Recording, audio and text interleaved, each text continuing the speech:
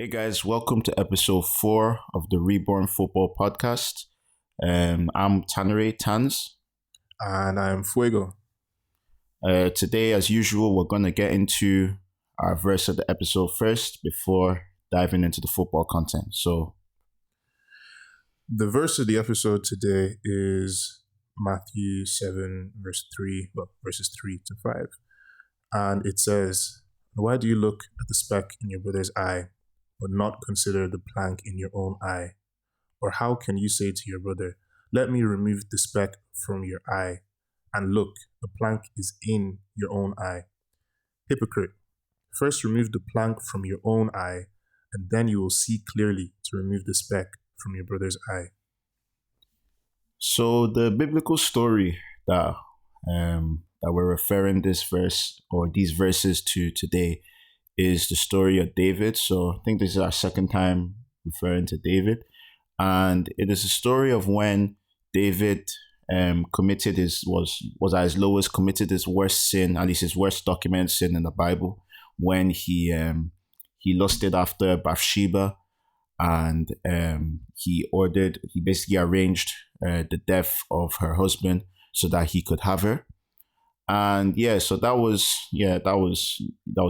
not one of David's brightest moments, but Nathan the prophet at the time, the kind of national prophet, if you will, at the time, came up to David, and basically he actually tricked him. He reported a guy who basically took advantage of a lower person. Obviously Uriah, Bathsheba's husband, was lower than David at the time, so took advantage of someone who didn't have the strength to fight back, because obviously basically David said, "Oh, Uriah, go fight in the front lines." He told Job, which was the commander of his army, to tell Uriah to fight at the front lines. And obviously Uriah was loyal to David, so he did it. And that was David taking advantage of Uriah's loyalty to him.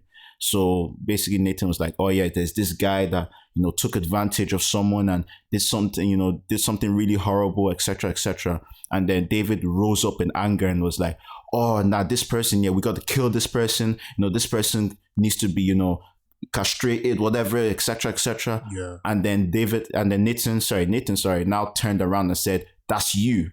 And it's a little bit of a funny story because David was rising up in anger, not even thinking about his own, about his own wrongdoings, and then he got humbled in quite a humorous way. So it's just the moral of this is just to always look at yourself, before looking at others, before judging others. Of course, you're allowed to judge righteously, but even when you judge righteously, you have to look at yourself first. People are always talking about what other people are doing, etc., etc. And it's not like we're not allowed to help each other, to move along on the right path. But if you're doing it in a way that is harmful, if you're doing it in a way to condemn people, but yet you're also a sinner, that means you're not looking at the speck in your own eye. So, look after yourself first, try and be better first, and then, grow in conjunction with people, trying to get better in your walk with Christ. Yeah, I will echo Tans there. You need to look inwards. You need to reflect on yourself and your own actions before you now kind of get to start talking about other people. Again, as he said, we're allowed to judge righteously. We're here to kind of help each other as brothers and sisters in Christ. But, you also need to be very conscious that you are also a sinner and God shows you mercy. So who are you to kind of condemn someone for something that they've done?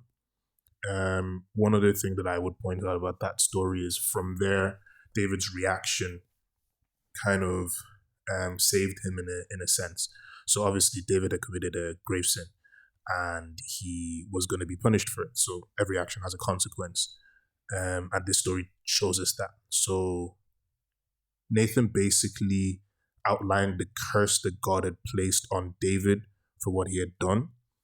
And David was very remorseful, realized the wrong in his actions and repented profusely.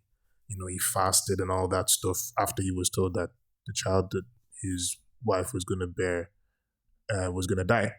So there was now a whole story of his officials didn't want to tell him that the child was dead and all of that stuff. but he took it with grace. He took his consequence with grace. And then from there, God kind of showed him mercy.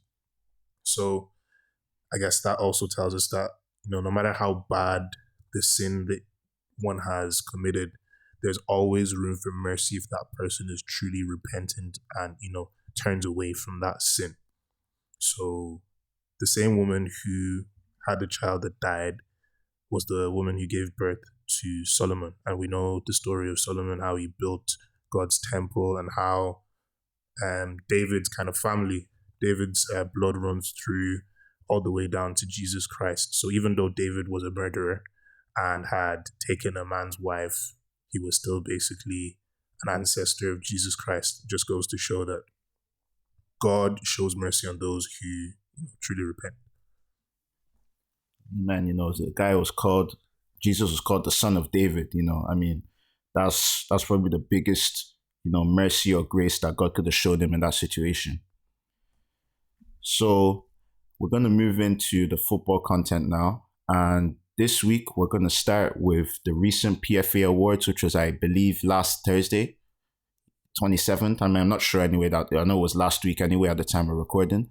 And the main award winners were Erling Haaland, who won the PFA Players Player of the Year, Bukayo Saka, who won the PFA Young Player of the Year, Lauren James, who won the PFA Women's Young Player of the Year, and Rachel Daly, who won the PFA Women's Players Player of the Year.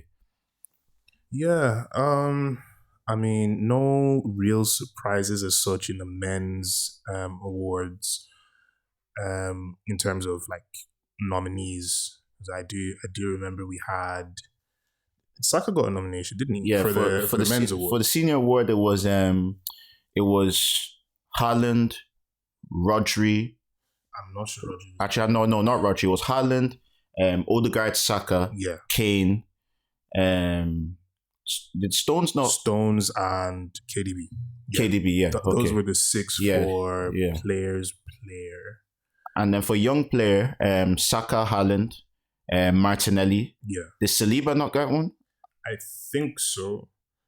I'm just looking up the PFA now because I know they did post up their nominees and all that. And then Evan Ferguson, got one. He had a very good last season. I think. What was it? Brighton just had like a hat-trick at the weekend for Ferguson. Yeah. But even just last season, because hat-trick just goes to show that he is quality. So it's not just a thing of he had a decent kind of run of form when he got the minutes because someone was injured. That type of way. Price tag's going to be brazy next summer, man. Yeah. Okay, I've seen the Young Player of the Year nominees: Caicedo, Ferguson, Haaland, Saka, Martinelli, and I think that's Aaron Ramsey. Jacob Ramsey? No. Jacob Ramsey. Jacob Ramsey, yeah. I don't know why I keep thinking his name is Aaron Ramsey. I think, he has a brother called Aaron Ramsey. Okay. Yeah, he has a brother called Aaron Ramsey, yeah. I think he just moved as well. He just had a transfer, the younger brother. But yeah, two brothers, yeah. So, talking about Haaland first, I mean, that's, in the past few years, it's probably one of the most nailed on awards, I mean, 36 goals in 35 games last season, broke the non-penalty Premier League record, broke the overall Premier League record, won the Premier League, won the FA Cup, won the Champions League, won Player of the Year, Premier League Player of the Year, PFA Player of the Year, Football Writers Player of the Year, UEFA Player of the Year. Pretty sure it was the Champions League Player of the Year as well. He won Premier League Young Player of the Year as well. Yeah, Champions League Player of the Year was Rodri. Was Rodri not the man of the match in the final? That's a story for another day. Rodri was man of the match in the final and Champions League Player of the Year. Oh, yeah. Okay. But yes, I mean, that's just one he didn't win. And then he obviously didn't win the PFA Young Player of the Year award as well, which is what a lot of people thought he should have won as well. What's your take on that? I mean, I think he should have won, and maybe it's a thing of that might hurt his Ballon d'Or kind of ratings as such, but it's not like it wasn't given to a worthy candidate. In my opinion, as we were saying in episode 1, that if in a world where Haaland doesn't play in the Premier League, Saka probably wins both of those awards. So Saka, no, like you can't take it away from him. Like obviously Haaland is kind of the main character of the show right now because we're like, well, how did he not win young player if he was a young player at the time? But Saka didn't have a bad season. Saka had a very good season. Yeah, man. I'm not 100% sure if Hazard was eligible in 2015, but I remember Hazard winning the senior award and not winning the young player of the year award. I think he was eligible. I'm just going to look that up. It's not the first time, so I'm not sure about the Hazard one, but I do remember. I'm pretty sure Gareth Bale won both, but he won the players like the first time, and then Wilshere won it that year. Yeah, so the first time he won it, he was underage and he won it as the players player, and then the second time he won young player and players player.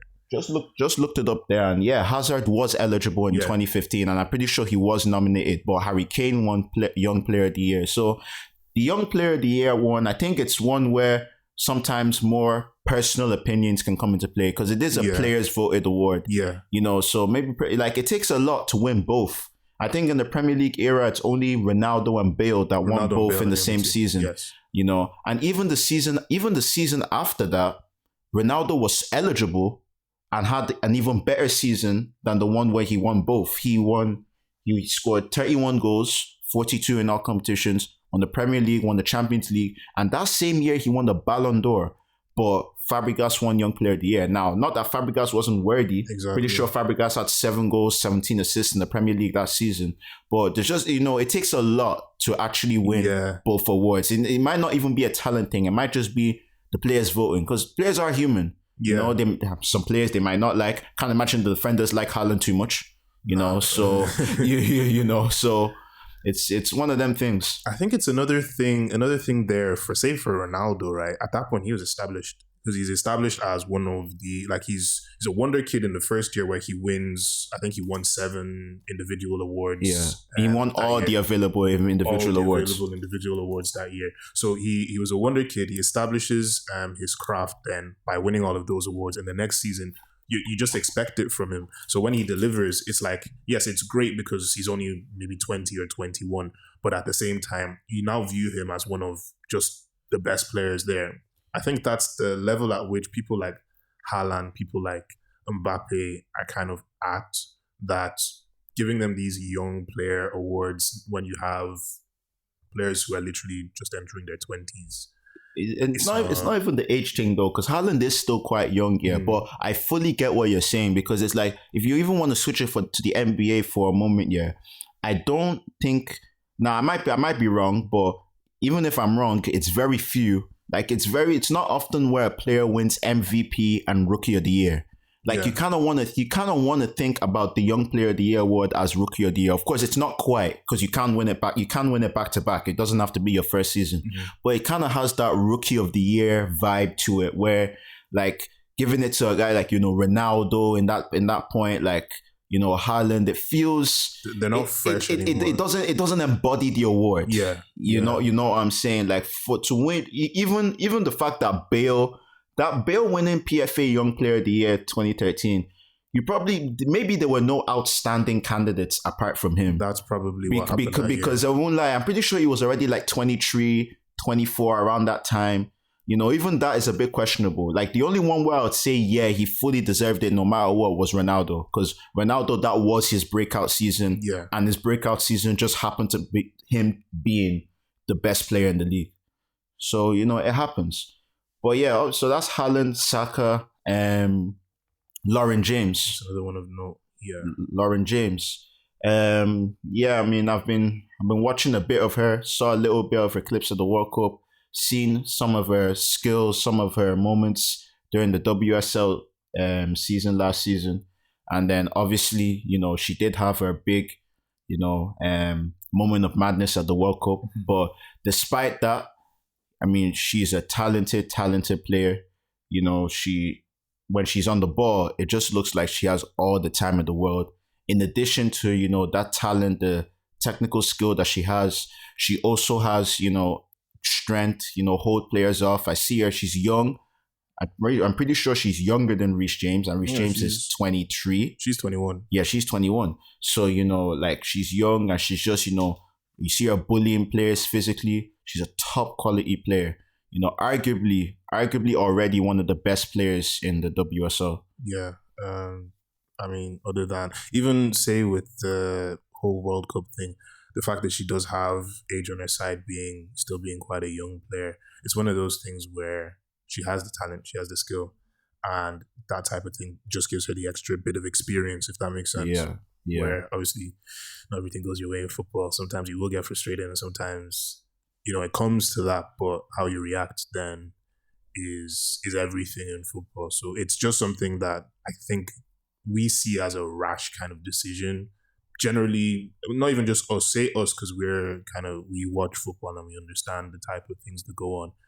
People who don't understand football see that as a rash decision, but we see that as just an experience. It happens, like, very, very much worth the red card. Like, we're not saying it wasn't, but, you know, you can understand. But, you know, there's a thing with young English players, you know, Beckham back in the day, Rooney as well, you know, having notable red cards at World Cups. Dele Alli, I don't think did he get to a World Cup? No, it wasn't a World Cup, but I remember he punched someone in the belly and got suspended for Tottenham's last 3 games, and it was the year Leicester won the league.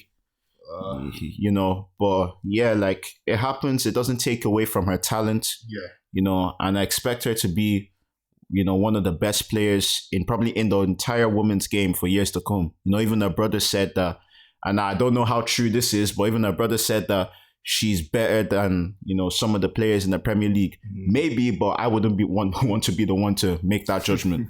You know. Yeah. Yeah, that's PFA. It's funny the way that those type of things happen. I think PFA happened last week after we recorded the episode, and there's something else. Transfer deadline day. No, we're not going to go into that this week, but maybe we need to switch up for our recording days. Nah, that's yeah, but I won't lie though. This transfer deadline day didn't really hit the same as previous, because there weren't really any like pending deals that were waiting to happen. You know, there's always like one big deal that's like going into transfer deadline day. Nothing really that deep, like, you know, like all the major deals of the summer: Rice, Bellingham, you know, McAllister, you know, Caicedo, all done, you know, all done before transfer deadline day, which is weird. The Caicedo's the one that shocked me, you know. I swore Caicedo was going to go, all the way to deadline day.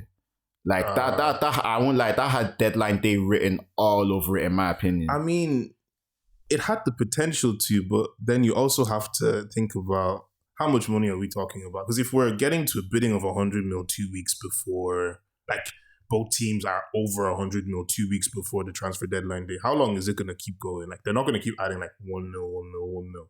Because we saw it literally, that one can outbid the other. Liverpool outbid Chelsea, but Caicedo was never going to Liverpool. So it's just a thing of, you know, everything kind of combined tells you how long it's going to take. To be fair, I never expected Liverpool to come in, though. I thought it was just going to be Chelsea and Brighton just kind of like, you know, talking and negotiating. And I thought it was just going to be that. And then Chelsea would just finally, you know, decide to pay on the, like, you know, maybe the second last day or the final day. Liverpool coming in obviously does speed things up. A bit similar to Declan Rice. You know, how Man City came in, put a bid in, and then it forced, you know, the team who was initially interested to make the move. You know, this does raise another interesting point with Eni Aluko, you know, when she said that perhaps it is a ploy between, I don't know, this Liverpool-Chelsea one, I don't know if that was, Liverpool, you know, like Liverpool therefore just wanted to steal him, but, you know, they were saying that maybe because, you know, Pep and Arteta knew each other, maybe that was the thing, but I don't know how likely that is, but, you know, she is a sports director. So, you know, it's very possible. I mean, it's not out the realms of, you know, rationality. Yeah, that's all we're going to touch on with the transfer window today, though. Yeah. Now we're going to move into the weekends, a bit of the weekend's football, and obviously the elephant in the room, which was the highly entertaining Arsenal versus United matchup yesterday at the time of recording. Obviously, as an Arsenal fan, I'm very, very pleased and happy with how that turned out, although the last like 15 minutes was not good for my heart at all, you know, but at the same time, the dopamine, the energy I got from that was amazing. like that winner, and then the sealing goal at the end. It was a top quality game overall from minute 0 to minute 90, like just encapsulated really, like that was like, if you want to ask the Premier League to advertise its product, they would show yesterday's game. Yes, that was really definitely a top quality game. Yes. Fine margins with that Garnacho offside. I won't lie, I thought it was onside when they showed it at first, man. Yeah. But then even like when they were showing the VAR angle, I thought that it was gonna be onside. But then obviously it's red or green. So if it's red, it's offside. Green, it's onside. And I seen the red. I just started screaming and shouting. Oh, bro, I was so relieved. Oh, but man, obviously, Arsenal United, big rivals. It's a very high pressure game. I've been seeing some of the reactions on, TikTok and that with people like watching with their friends. It's really one of the games, in the Premier League. Yeah. I think we have that little, it's, how do I explain it? When we say that, like, whatever, like a match is headline worthy, it's funny the way that Gabby Jesus is the one who scores the last goal against the Red Devils. But that was just, I think it kind of just completed the performance whereas we mightn't necessarily say one team had like an absolute edge. I still feel like Arsenal played the better football for the bit that I did watch of that match. United just seemed tame. Yeah, United were really tame. Like they did threaten on the counter attack, and they did have moments in the first half where they kept a lot of the ball. At the time when I was watching, obviously, watching as a fan, you're emotional. I was wondering why Arsenal not pressing, but it clearly seemed like it was a plan to allow United to have the ball in kind of like those defensive areas, because they didn't really have any players who would just progress the ball and really play that incisive pass. Like Rashford's goal came off a Havertz mistake and a counter-attack. Garnacho's goal came off, I think, Jesus, or I can't remember if it was Jesus or Saliba. I think it was Jesus losing the ball and then counter-attack, Garnacho goal. Outside of that, United didn't create too much, like, in terms, and then like it was that before the Garnacho goal was kind of a stalemate. The game was kind of like, it was a bit of 5 minutes where wasn't really happening. Saka had missed a gilt-edged opportunity about 10 minutes before, but then after the Garnacho goal, like United kind of like tried to score 1 minute or two after, but then we just rained down on the United goal. Corner after corner, and eventually, we got the winning goals. In terms of top quality performances, I don't want to go with the obvious one, but Declan Rice was outstanding. Besides the goal, what he does defensively for the team, and then even with his progressive passing as well, which is improving, which was obviously a weakness which a lot of people had looked at in his game. But then I also want to highlight, Andre Onana for United.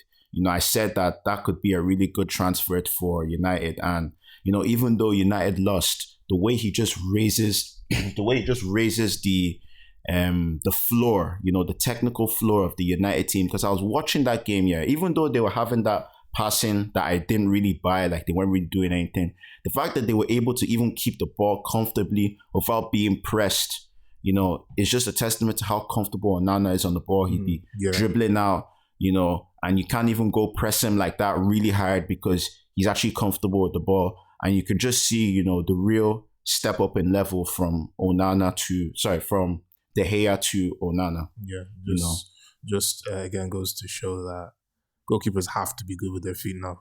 Before they didn't necessarily need to be, but now it's kind of necessary for a team to kind of elevate, as you said, and go from, just raising that floor.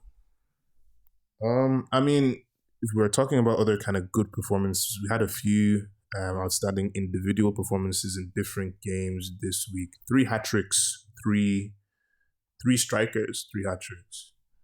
You got Haaland, Ferguson.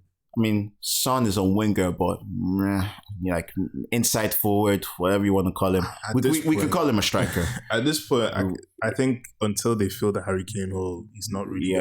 He's not going to get to play the way he wants to, or the way he used to, until they fill that kind of void. But very solid performance from Spurs, though. Yeah, I would like. I mean, that was top. James Maddison, I got him in my fantasy team this week. He's really doing something. Arsenal fans will remember the debate between Odegaard and Maddison. And honestly, it did for a time. It looked like Odegaard had won, but right now, even though Odegaard is top quality, I wouldn't trade Odegaard for anything. I would love to have them both. Maddison's really a top quality player. Yeah, settling quite well in his role at Spurs as well. Just want to touch on Evan Ferguson. I mean, that's hat trick at 18. I seen the stats afterwards. I think it's only like 4 other players that scored a hat trick at 18. I think it's Michael Owen, Robbie Fowler, and a couple other players. One other guy. Yeah. Mind you, Michael Owen scored 3 hat tricks before 3 19. hat tricks in the space of like 6 months or 8 months before 19. Bro, one day, one day we're actually gonna talk properly about Michael Owen. That guy was a phenom, man. He was ridiculous. Oh man, to be doing the stuff he was doing at 17, 18, 19. I think he had 2 golden boots by age 19. Bro, it's not normal. Teenager is not normal. Not normal at all. But coming back to Evan Ferguson, right now he's probably the great hope of Irish football. He's honestly, sometimes you think, the hype a bit too much, but no, like this is a serious baller. He's got a little bit of the old-fashioned 9 in him, tall, strong, can hold the ball up, but then he's technically sound. He's a wonderful finisher, can link up play. Like, bro, Ireland have got to do the best they can to really surround him, with top quality talent, and maybe this decade can be the year that Ireland can finally get back to, being more competitive, qualifying and being more competitive at major tournaments. Yeah. Again, praise for Evan for the way he kind of took his goals, because it was a thing where like the first goal was almost Haaland-esque, where you're not doing anything other than being in the right position, because it just came off a shot and a very good save from the keeper, but he was right there. The ball fell right in front of him and he just had to tap it in, literally. Yeah, but that is a talent in itself. Yeah. As much as us that don't have Haaland like to hate on it, it is a talent, being in the right place at the right time, because if it was easy, everyone would do it. Exactly. So you got to give him his props there. His second goal was absolutely outstanding, man. When I was looking at the highlight, I was like, wait, I saw him turn around. I was like, there's no way he's shooting from here. Beautiful finish, man. Beautiful finish. I think is that not 4 goals already for him in the league this season? Actually, must be 5. I think he had 2 already. I know he had like a... He scored 1 on the opening day, I remember. I think they 3-minute cameo and he scored that goal. Yeah, so is that not 5 for him already? Would that not make him the top scorer? Top scorer in the league? Yeah. He has at least 4. I'm trying to... let me just go to top scorers rather than looking at it here. Stats, top scorers... Ferguson's on 4. Yeah. Oh, Ferguson has 4. So Haaland is 6. Ferguson and Brian Buemo are both on 4. That's one that's going under the radar. Yeah. But no, he's second top at 18. Man, he's really, Ireland got to do their absolute best to get real talent around this boy, man, because he could lead Ireland, the next generation of Irish football. Yeah. Any other noticeable kind of... I think teams just kind of... The teams that won kind of brushed the teams that they played against. There was no kind of close matches other than maybe that Palace match. I didn't get to watch it though.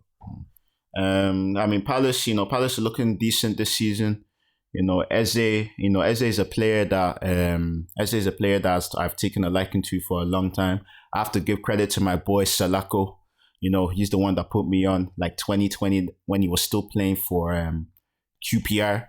Man, he's a top quality player. He had an unlucky injury in 2021, and it came out like a few months after that he was going to be in the provisional England squad for the Euros that summer. So, really unlucky, but he's come back now wearing the Crystal Palace number 10. I think he definitely had at least double digits in goal contributions last season. The top quality player leading the line, and then 2 goals for Hudson Edward as well. Really top quality. And then as well, obviously, talking about Haaland, there's not really much to say. Another hat trick, another good performance from City as a team. What I will say though, that there was a talking point on Man City's second goal. Nathan Ake. Yeah. I did think that was impeding the goalkeeper. Of course, Man City did end up winning 5-1, so you can say, it wouldn't have mattered. But momentum is very important in football. Yeah. Imagine if Fulham getting at halftime 1-1. That could have made a difference. It definitely would have made a difference. I think these days, VAR is it's either this way or that way. It can work for you or against you. And sometimes it's just random the way that they kind of use it. Because anybody who's looking at the screen is literally seeing... I can't remember who it was that was standing in front of him. I think it was Akanji. Offside. Akanji was offside. Obviously, he's offside. But the argument is he impeding the goalkeeper's line of vision? In my opinion, he's not impeding goalkeeper's direct line of vision, but he's impeding his decision making. Ake is shooting across Akanji, and the keeper is kind of having to go across Akanji to make that save, so he can't see as well as he was. The shot. Yeah. It wasn't a shot; it was a header. Yeah, it's a header. But you know what it was? Yeah, it's not even the main thing. Is that if you watch it in slow motion, Leno doesn't really dive, because if you watch a shot in real time, like when I watched it, I was like, oh, Leno surely got this, but then it just bounced in. Mm-hmm. And like if you look at it in slow motion, you can see that Leno's kind of like hesitating, like before he dives, and then now once the ball gets past Akanji, he then dives because he can now see it. He can now see the ball. So but that's a conversation for another day. City did win 5-1, so Fulham can't have all that many complaints. But some good quality football from the weekend. Oh yeah, one more thing. Anthony Elanga and Taiwo Awoniyi. I won't lie, as a Nigerian, that was a very poor pronunciation, but I'll just call my man Taiwo.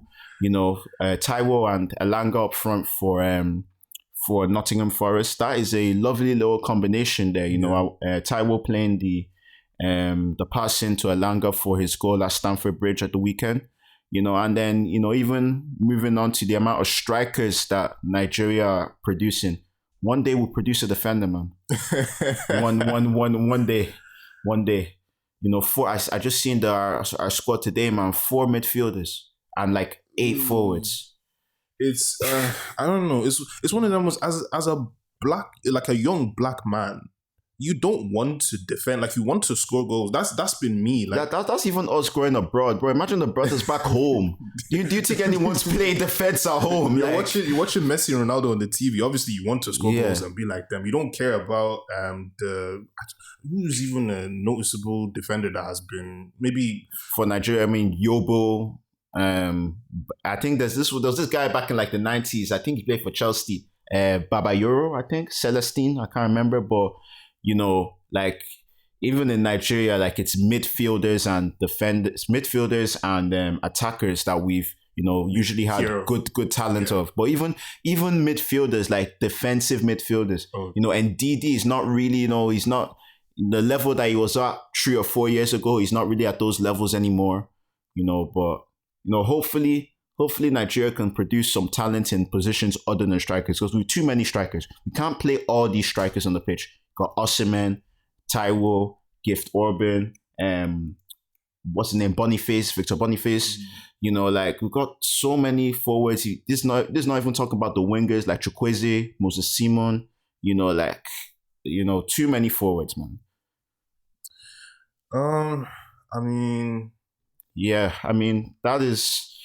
That's a conversation for another day. Yeah. But I think we're gonna wrap it up here. Thank you guys for the support on our first 3 episodes. It's much appreciated. We'd love if you guys can keep supporting, keep listening to the podcast. Support on all our channels. We got the Spotify, the Apple Podcast, the YouTube as well. Whatever platform you need, it's all on our link tree. Yeah, and follow us on Instagram as well. That's at RebornFootball Podcast. So thanks once again for joining us for another episode, and we will see you all next week. All right, take care, guys.